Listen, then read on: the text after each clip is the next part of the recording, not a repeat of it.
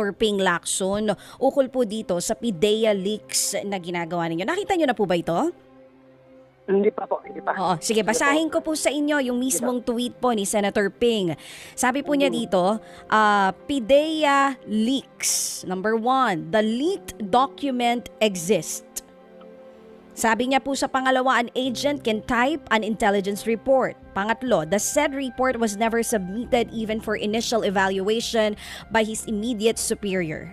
4, there is no official report on record. 5, it is a scrap of paper. Ang daming inabalang tao. Ano po ang komento ninyo ukol po dito sa sinasabi ni Senator Ping Lacson? Yes, at some point, nag-agree ako at meron din punto na hindi ako nag-agree. Alin Pag punto? sinabi niya, hindi ko nag-agree yung sabi niya, scrap of paper. Scrap of paper po, hindi po kayo nag-agree doon. Yeah. Whether it has become an official document or not, but the fact remains na ito ay dokumento ng PIDEA at ito ay kinlasify.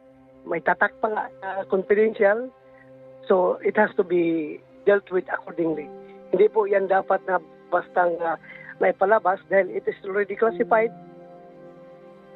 At itong practice na ito ay hindi maganda kapag nagtuloy-tuloy ito. It will bring down a nation kapag lalong-lalo na yung ating mga classified documents na classified as secret or top secret ay mga sagradong papel na yun ay mapunta sa ating mga kalaban ay tapos na ang Pilipinas. Doon po kayo hindi nag-agree. Yes pa. Yes, Oo. Dito po sa sinasabi niya, kasi nakakatatlong hearing na po tayo, no, Senator Bato. Sinasabi nga po dito, hindi lang actually ni Senator Ping, maging po ng ilang mga kasama ninyo sa Senado, na tila parang waste of time po ito talagang investigasyon. Doon po sa pangatlong hearing natin or after po ng 3 hearings natin, ano na po ang na-establish natin ukol po dito sa investigasyon? Well, unang-una, no, yung waste of time, siguro, opinion niya yan. Pero sa akin po, hindi po nasayang ang panahon natin dito. Dahil nga, sabi ko, mahalaga po ito na ating pansinin, bigyan ng solusyon. Itong, hindi lang naman ito ang leak na nangyari. Meron parang ibang mga nangyayari dyan at hindi natin alam na gaano naka-classified yung mga dokumento na na-leak sa unauthorized disclosure nangyari, napunta sa mga hindi dapat mapuntang kamay ng papilis. So, hindi po nasayang yung ating oras dito. Senator Bato, sabi nyo kanina, no, ang importante ditong issue kaninyo ay yung leak ng dokumento na baka mapagpabaksak ng bansa, pasakamay ng mga hindi dapat mapasakamayan ng mga tao. So, kung yun po ang sinasabi ninyo, nakahalagahan dito sa inyong pagdinig na ito, bakit pa kailangan humarap ni Jojo Ochoa? Ay, nabanggit siya, Ted. Ako naman, baka sabihin, mga tao na meron tayong tinatago, meron tayong pinagpupublihan, and then the people are asking for kung totoo ba yan. Ano pa naman kung sabihin lang yan na hindi totoo? Anong problema dyan? Yun lang naman sa atin, Ted. Kung mag-attend siya o hindi man talaga yan nakaka-apekto dyan sa leak na document na yan. Pero maraming maglalabasan na naman ng mga issue dyan na si Bato may pinagtatakpan, ayaw niyang, kaya lang niya tawagin yung mga ordinaryong tao, porque may mga pangalan na yan. Ay, ayaw na niyang ipatawag. Yung sa akin lang naman wala man akong habol dito talaga na siraan si Jojo Ochoa. Wala man akong habol dito maninira ang taong akin lang magsabi lang kasi nabanggit siya I'm giving him the opportunity to explain his side. Okay. Dapat tingnan niya sa ganung paraan, ganung perspektibo, no? Na since nabanggit siya na siya daw ang nag-order, baka sabihin naman niya sa akin na unfair ito si Bato. Hindi ako binigyan ng chance na mag-explain sa side ko, binanggit ang pangalan ko. So, Okay. Opo, opo. Pakinggan natin siya. Sige po. So kung sinasabi po ninyo, binibigyan nyo ng chance yung mga nababanggit doon, at itong tao na binibigyan nyo ng chance opted not to attend, will you still issue subpoena? Ted, sabi ko nga, nakakwan na yan. Discretion na yan ng chairman.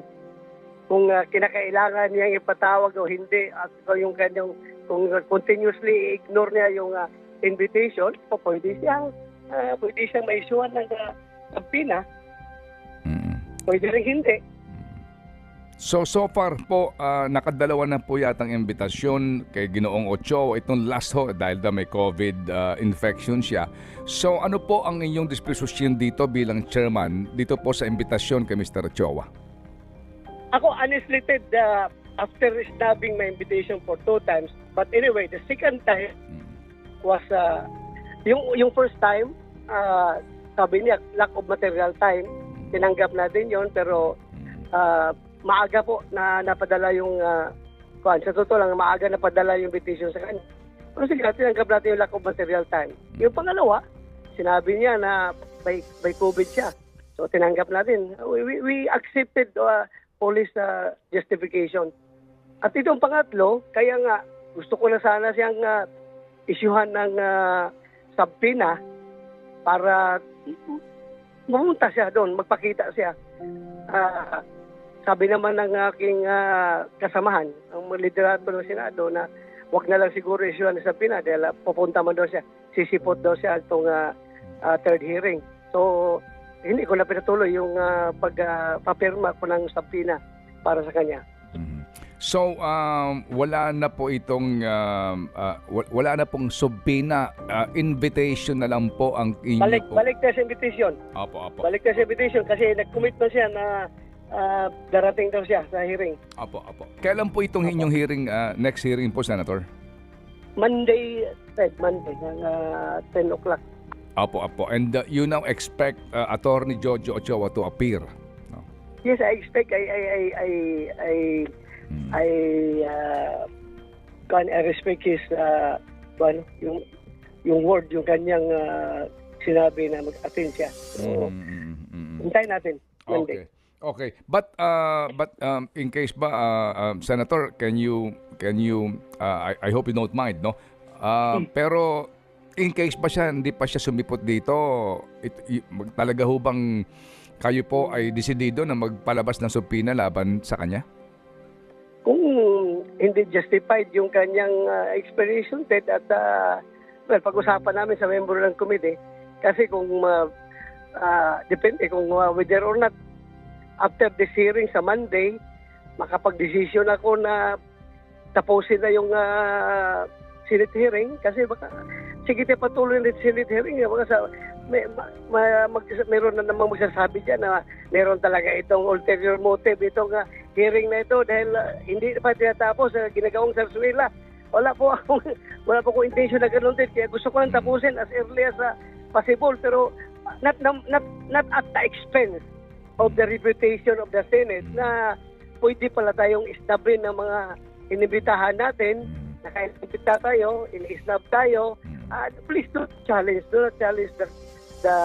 Senate. O huwag natin i-challenge dahil pag challenge tayo na magaling lang kayo mag-contempt sa mga ordinaryong tao, ordinaryong pulis, kinukulong ninyo, yung mga pangalan na tao, hindi nyo kaya, mati-challenge naman ang Senado niyan, Ted. Kaya please lang, yun lang akin, sana mag-attend sila. I don't mean harm to anyone. I don't mean I have no bad intention. My purpose here is to seek for the truth. Yun lang naman ang aking tatanong. Dahil kahit sabihin mo, kahit na hindi na German, no? hindi na German sa PDLX yung sagot niya na yes or no kung siya ba ay siya ba ay nag-utos kay General Gadapan na huwag ituloy yung operasyon na yan. Para sa akin, Ted, German pa rin yan sa aking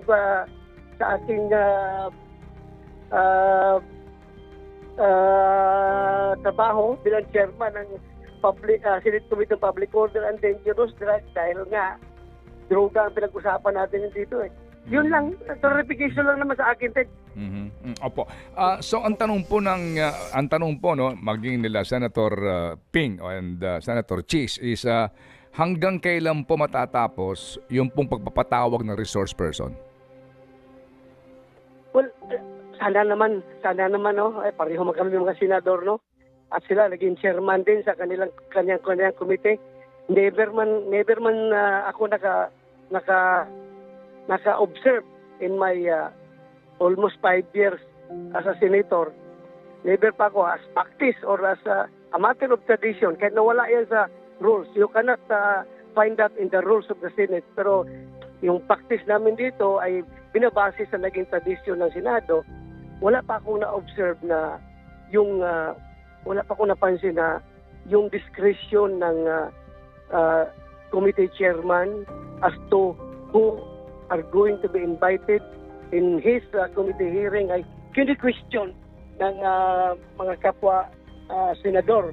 Kaya sana naman ay pagbigyan naman nila sana ako na mag-imbita ng as the chairman. Bigyan sana nila ako ng konting respeto lang na mag-exercise sa aking discretion as a chairman. Wala pa akong narinig yung napansin na yung hearing noon ni Senator Gordon, kahit sino-sino na yung pinag-iimbita niya doon tungkol sa malino, sa pura discussion purposes. Wala kang narinig doon na mga maka-Duterte na senador na nagharang-harang doon kung sinong dapat harangin na hindi pa atinin. Wala pong ganun. So, sana lang, ang akin lang, wala man itong politika, ang akin, walang politika. So, sana pagbigyan lang ako na ma-exercise ko yung aking discretion as chairman of Senate Committee on Public Order and Dangerous Drugs. Ganun din naman sila kung sinong imbitahan nila, wala ko rin pakialam. Respeto ko rin sila pagiging chairman nila. Opo. Sige po. So, sa tanong po ngayon ng ating mga manonood, kailan ba daw ang ending nito? Ito, pangkaraniwan po itong mga nanonood sa atin ngayon. Senator Bato, sabi nila, Yes. Kailan ang tapos niyan at para makagawa na po kayo daw ng committee report? Expect natin, Ted, this Monday. Kung sisipot na sana si Atty. Ochoa at saka yung si James Kumar na pinatawag natin, kung magsipot sila, you expect tapos na itong Monday. Gusto ko tapusin, Ted, ayaw ko nang pahabain pa ito. Okay. Sige po. Sir, yun hong naging palitan ho ng mga salita ni Senator Jinggoy at saka ng inyong resource person. May mga ilang pong hindi kagandahan ang mga reaksyon sa nangyaring iyon. Kayo po bilang chairman, hindi ho ba, ang sabi ho ng iba, hindi ba na ho kayo nagkulang para po sa pangangasiwa ng maayos po na diskusyon at palitan ng salita ng mga senador at resource person? I was able to maintain order in my hearing, Ted. Napansin mo, nung hinampas ko yung maso doon sa table, tumahimik man silang dalawa. So, when I said order, tumahimik silang dalawa. At least, namintin ko yung ganitong hearing kasi, Ted, na marireduce na sa personalan, you really expect anything to happen.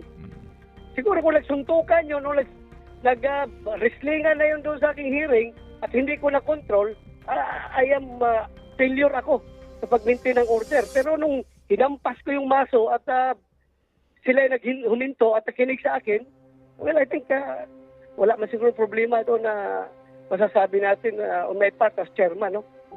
Ang mas mahirap dyan, kung sila ay binubusalan ko yung bibig nila, pati yung kapwa ko senador, ililimit ko na lang sa pagiging audience ko, at ako lang chairman magsasalita, makinig lang kayo, gawin ko kayong audience, pati yung mga resource person, binubusalan ko, ayaw ko magsalita. That would be bad as a chairman.